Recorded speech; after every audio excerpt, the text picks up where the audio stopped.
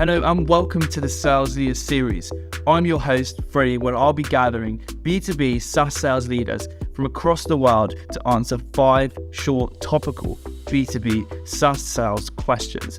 These questions are going to be the same each week, bar one, giving you insight and different perspectives into how top performers within the industry think, as well as actionable advice you guys can use in your own selling careers. Our guest this week is Oliver Klander. Oliver is a sales and operations leader with 20 years of experience in sales, marketing, and revenue generation within industries including media, data, and tech. Oliver started his career as an account director in the early 2000s, moving up into new companies and leadership roles, gaining experience working with some of the largest and most recognized companies.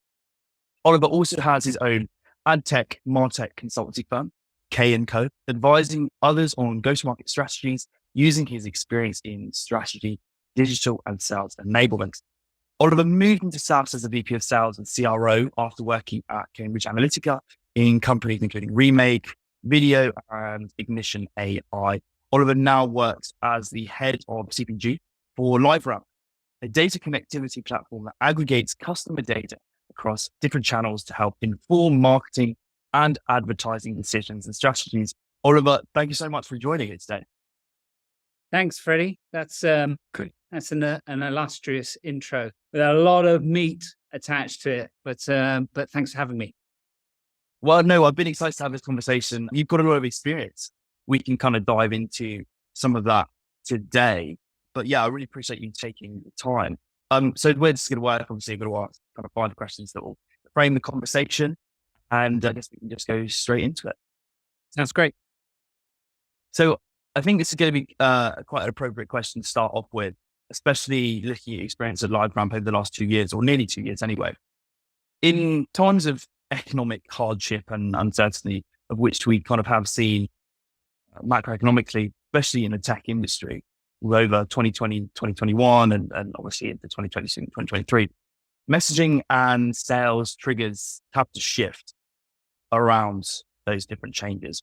With your background in marketing, go-to-market strategy, how do you manage this shift across some of the sales teams that you've managed and led with respect to messaging, as well as when to know and shifting the entire go-to-market strategy? Yeah, Freddie, listen, it's a great question. As your intro sort of alluded to, I've sort of been doing this since the early 2000s, so 20 years, right? So I've seen a couple of blips, 2008 being the biggest one, or the biggest one that I can recall. I think this comes down to a couple of different things, right? When it comes to sales engagement and engaging with prospective clients or current clients, this all comes down to value creation, right? If you're not adding value, then you're not going to continue a conversation. You're not going to be able to move to the next stage. And I think that the economic climate is an interesting one, but not one that's essentially hard to sell in. Because if you have a product and a service that somebody needs, it's about finding the triggers that work with that prospective client to bring that strategy to the forefront. I think what is changing, and what has definitely changed since I started on a sales floor of 30 people standing up in grey double-breasted suits and yellow polka dot ties, ringing bells and hitting the phones, is that the way that sales teams engage with prospects is different, right? Social selling, LinkedIn, and really getting to understand your network effect within your verticals and who you're working with. So I think it's an interesting time ahead. I think that we've got some really interesting things that are happening at this moment in time. Under no circumstances, there are some industries that are worse hit than marketing, but in a time of economic instability, marketing still is a very, very important function. It's proven time and time again that the companies that market to their consumers through times of an economic shift come out the other side much better. So it's that value creation. Makes sense. I guess this might not be as appropriate for your experience specifically within marketing, but I know with economic conditions and instability, as you mentioned, resources are tight in general, right? Obviously that varies between different industries. And you mentioned social selling there. And typically I hear that it's difficult to measure, especially having, or at least starting out on a new campaign and new messaging, the efficacy of those sort of social selling campaigns, especially because those results may not come back to you in reference to revenue or book revenue, whatever, until, X amount of months down the line. How are you channeling some of those resources, or at least identifying those opportunities and ahead of knowing that you're not going to see results for quite a while? Okay, well, but this is a really interesting question. This all depends on what your perceived sales cycle is, right? If your sales cycle is 20, 30, 60 days, then the efficacy of a long burn in the network effect for social selling may not be overtly transparent. But if you're working on a sales cycle that is 6, 8, 12 plus months, this is a halo effect, right? And I think the difference with platforms like LinkedIn, Twitter, and all the other different types of social selling engagement platforms is this is about becoming a trusted advisor to your network, right? It's about efficacy and for your prospective clients to know that you are an expert within a chosen field that they're wanting to work with. But I also think you also need to look at some of the historic stats of B2B selling. When it comes to enterprise selling, I think the last time I looked at the stats, and they're really old, they were on Forbes, and I think they're about 3 years old. It was 67% of all decisions are made before an inquiry ever comes into an organization, right? So when your sales team receives a lead, you were already shortlisted. They already knew who you were. They'd already been researching you as a company. So the social selling aspect is more about an accreditation that you're a validated company that can offer value, that can actually perform both the service and the desired needs of a prospect. So I think that measuring social selling on hard stats of meetings booked, proposals written to deals negotiated and closed is not an easy metric or even necessarily a possible metric to manage, but it's definitely part of the halo. Makes sense. Great answer. I think that leads us on to the next question quite nicely, especially as you have sold mid-market and enterprise throughout your career. And I'm assuming that's continued, especially at LiveRamp. What have been the biggest challenges you've had to overcome when looking specifically at enterprise in landing these deals? And how have these challenges at least evolved for you specifically throughout the experience that you've gained in your career at different kind of points? Yeah, it's a really good question, Freddie. And I know that previous to this, I asked you to remove like 20 years worth of work history from your intro. But I have had the luxury of being both in an enterprise selling role in a large organization like LiveRamp and some others, but I've also had the luxury of being involved in some startups, which has been very mid-market, SME, quick sales turnaround. I think to answer your question, and this very much ties into that measuring sales metrics from social selling. And it ties into this sort of understanding of what is the value creation timeline? What are the KPIs and what does success look like for the client? If you have a product that's going to demonstrate success in a really short time scale, you're more likely to have a shorter time scale. In an enterprise role or an enterprise proposition, the impact of success is not going to be seen instantaneously. There's going to be implementation periods, there's going to be scale up periods, there's going to be periods of maybe 3 to 6 months of your prospective clients seeing the value from a 6-figure, 7-figure investment against your product and service, right?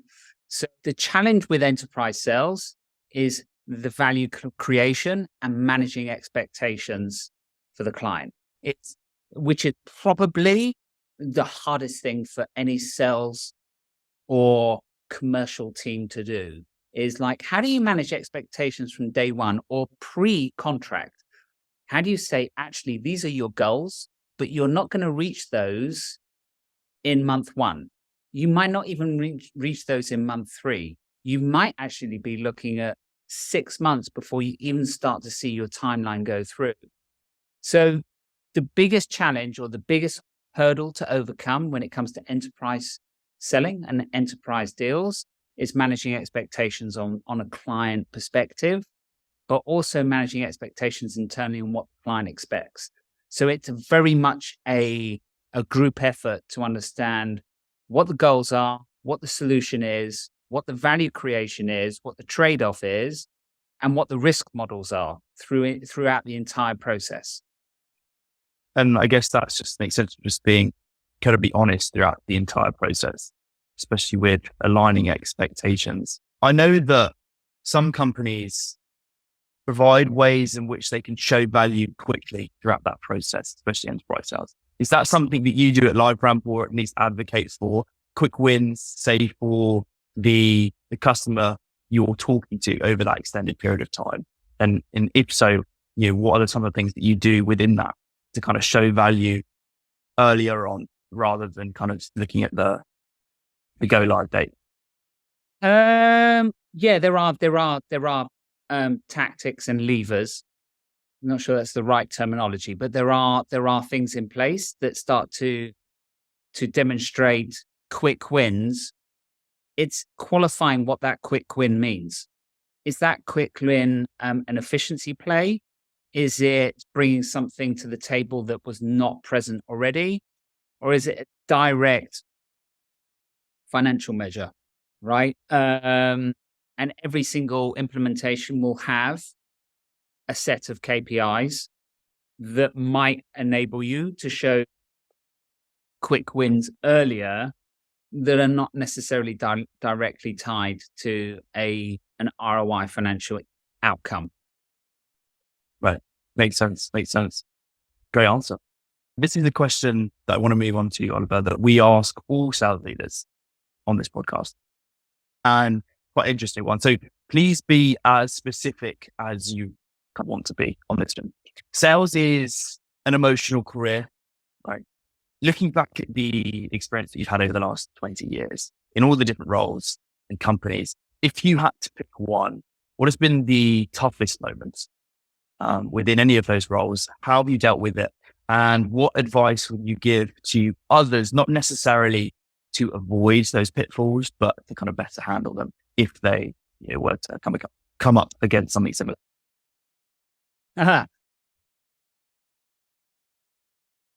Freddie, I've got to be honest. When I read this question, in your thought, I thought this was a really, really good question.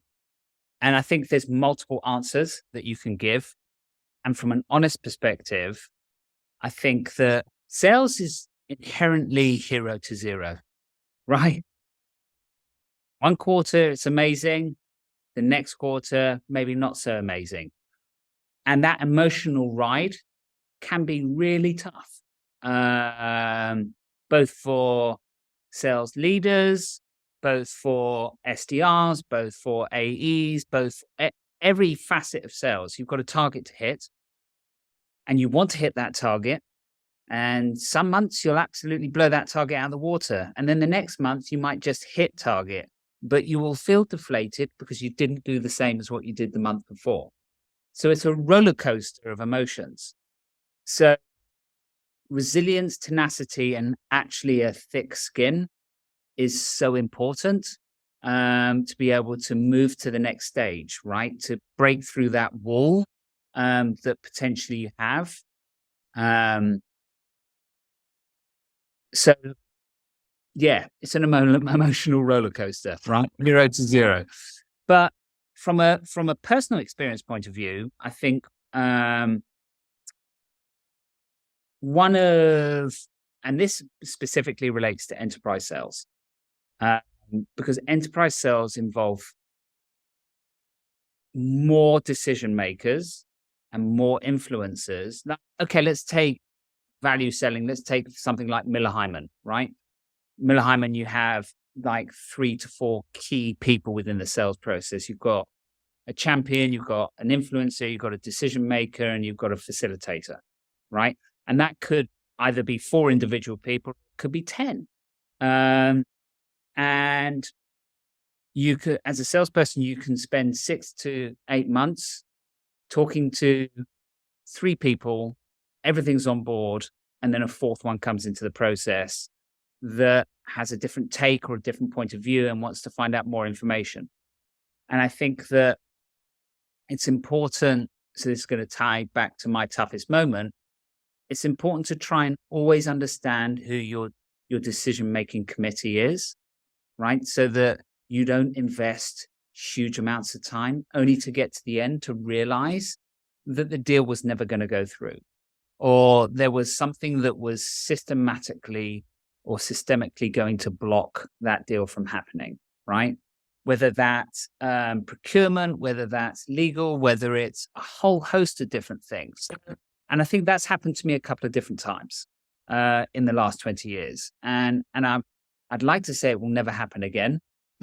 Reality is that you can't always be 100% sure that you have everybody around the table at the right time.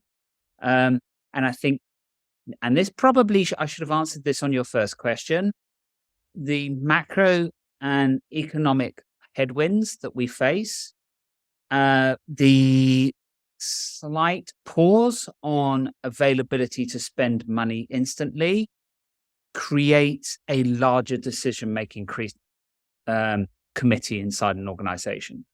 So 5 years ago, you'd have 3 people signing something off.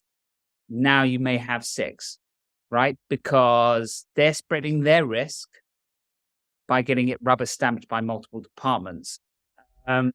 So to avoid those tough moments, qualification and understanding who's around the table and understanding who extracts value from the sales process will avoid those upsets, or at least mitigate those upsets later on. Yeah, makes sense. I guess that's a difficult thing to manage as well. I mean, thinking about the time that you spend with those certain individuals, especially early on in that process.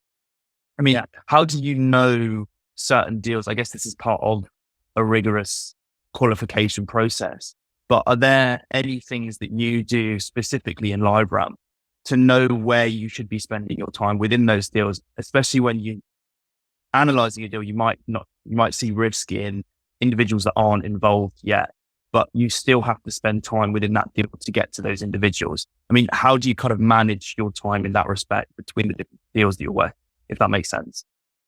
Yeah, it's really good. Right. So for any product or service that you're selling, obviously I'm SaaS based. So I know that there will be certain departments that will need to touch a platform, right? That might be privacy, it might be legal, it might be performance marketing, data engineering, data science, or even trade, right?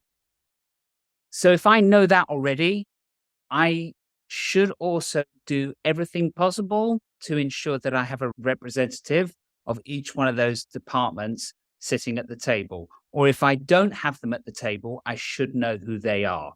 And this comes back to things like deal sheets and understanding who that committee is, so that you're not surprised later by somebody who suddenly comes to the table that is slightly potentially not sure why they're there, not sure what the product is, hasn't been sold to internally. So mitigating it against what you know is a client rollout or a typical rollout map is the most important thing. Yeah, I think that leads us on quite nicely to the next question that I had as well, Oliver, because I mean, not necessarily looking at involving those individuals at the start of that process, but now looking towards when you're kind of getting everyone that needs to be involved, at the table, starting to kind of negotiate on pricing. And I know you've had some experience in negotiation over the 20 years of experience that you had within your career, but as well as the Harvard diploma that you completed in 2020. Specifically looking at that diploma and in comparison to your experience, was there anything that surprised you from that course compared to your real world experience in being in these deals, in obviously being a great negotiator? And if there's any common mistakes that you see sellers get wrong in large negotiations, then it'd be great to hear that as well. Yeah, I mean, look, that's a really interesting question because your hindsight's a lovely thing, Freddie, right? So all my answers to your questions right now are answers built on, my experience. Every time you say 20 years, it starts to make me feel older and older. I'll cut that out for the next one. No, it's fine. But the reality is that I think that I started my sales career with Miller Heiman Blue Sheet training, right? Which was a big A3 sheet that went through the deal cycle and deal committee and used to stick stickers in and then write what happens if this deal doesn't get signed off. Where will the client be? What's the impact? What's the impact to the client? Invariably, what you were getting to is if the answer's nothing, the likelihood of that deal coming in literally plummets. It goes to the floor. I did the negotiation mastery course with Harvard because I wanted to. There's a chap who is an ex-FBI negotiator who's written a book called Never Split the Difference, which is Chris Voss, which is an awesome book. I suggest everybody actually read this book. But he talks, as the course did, very much, and this is going to be repetitive to what I've just said in some of your other answers. He talks about value creation, right? And understanding the sources of value that you can fulfill, right? If you cannot identify value in what you're offering, then there is no point in having the conversation. That doesn't mean that if in your first conversation with somebody you can't identify value, that you stop talking to them. It means that before you even entertain the idea of working with a prospective client, you still need to do a lot of risk assessment and value identification with that client. Once you understand the value, you can understand the pros and cons attached to it from a client perspective. How important is this value creation to them? How much does that mean to them from a monetary business process point of view? What are the risks associated to them not moving forward? And how do you move that to the next stage to create a meeting of the minds? And the negotiation diploma, I did a number of different negotiation role play scenarios with different people across the world, from the US to India to Germany to Spain, and it was an amazing alumni. And we each had briefs and tasks where we either needed to purchase something or we needed to negotiate, and we had to submit bids and go through a whole negotiation scenario, understanding what the pros and cons and levers were for our prospective seller or buyer versus what the pros and cons lever was asked. So I think that it's a long-winded answer to turn around and say that all roads lead to value, right? And if you have that as your first and foremost pinnacle of why you're speaking to somebody and understanding the value exchange, you're far likely to get to the end result. There is a but and there is a however.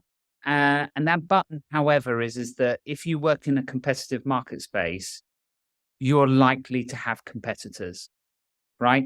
And one thing that the course with Harvard taught me was this understanding where you can move the needle. Where you've moved the needle too much, that you've actually diluted the value, as to where you can increase value in areas that are missing. So this comes down to competitive research. It comes down to understanding what part of the competitive offerings you offer versus a competitor that you're competing against add more value. to identify what works with that client or prospective client. But again, so Chris's book is absolutely fantastic. Yeah, for anyone that listening, we're gonna have show notes down below, and I'll include Chris Voss's book in those show notes as well. I've actually written it down too. I'm gonna leave that at that. I thought it was a great answer, Oliver, and it leads us on to our final question. This question was submitted by our last guest, Ryan Staley.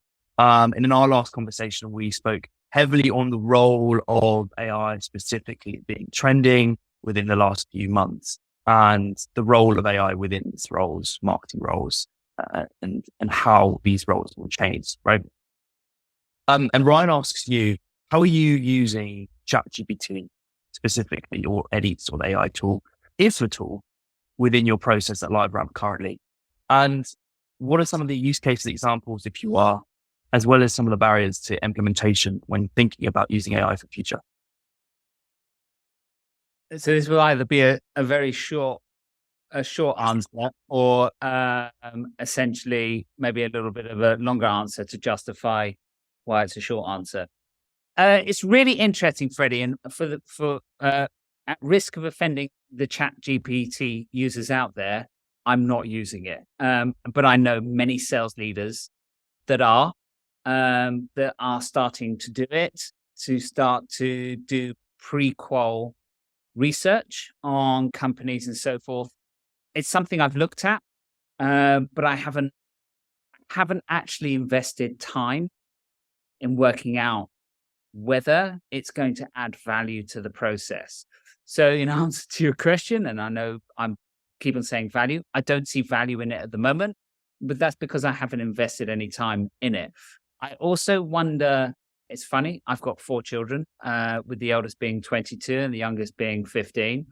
We had dinner at the weekend, and this conversation of ChatGPT came up, and then my eldest son was asking questions about which are the best stocks to invest in. And he said, oh no, they've removed it. They've removed this because they can't offer financial advice. And they were talking, and my eldest daughter, who's just finishing at Central St. Martin's, about to graduate, she uses it for research on different bits. So I think there's going to be value, but we as a business, LiveRamp doesn't use it. And I don't use it. That doesn't mean to say that it's not good. It just, I can't offer a valid opinion, other than I know there are other sales leaders out there. And I'm part of a sales leader group where one person is particularly vocal on how important a role it's going to play in the future, which slightly worries me. And I think ChatGPT, it needs work. It needs understanding. I need to understand how it fits. So yeah. Yeah, that makes sense. I mean, just to comment on that as well, I think my perspective on it is that right now it's kind of a testing period of people trying to find value in all sorts of different ways. New companies, new use cases, sales leaders using it for different things. And there definitely is value there, but I think from your standpoint, it does make sense in that no one's really figured out where this is incredibly valuable yet. So I'll leave that testing for the others. And when that becomes really valuable, then we can kind of think about implementing, which does make sense. I agree with that. Awesome. That's all of the questions I had for today. I really appreciate you taking the time. For anyone listening that wants more information about LiveRamp, Oliver, his career, and the books that we mentioned, or anything that we mentioned in this recording, then you'll find some show notes and links down below. Before we wrap up, Oliver, is there anything that you want to leave the audience with, any final parting words? I don't think so, Freddie. I think we've covered anything. I mean, thank you so much for having me on here. It's great to see what you and Adam and everybody's doing. And I think that these sessions are incredibly powerful for everybody to soak nuggets up that might help and move careers and perspectives on. I certainly don't have all the answers. Maybe if you'd asked me this question 20 years ago, I might have said I had all the answers. But with age, you suddenly realize that you don't have all the answers, and there's always a different perspective. And that different perspective can help change the trajectory of where you're going forward. So, no, thank you so much. Thanks for having me. Fantastic. I really appreciate it, Oliver. And for all those listening, we'll see you next week. Cheers. Cheers. Bye.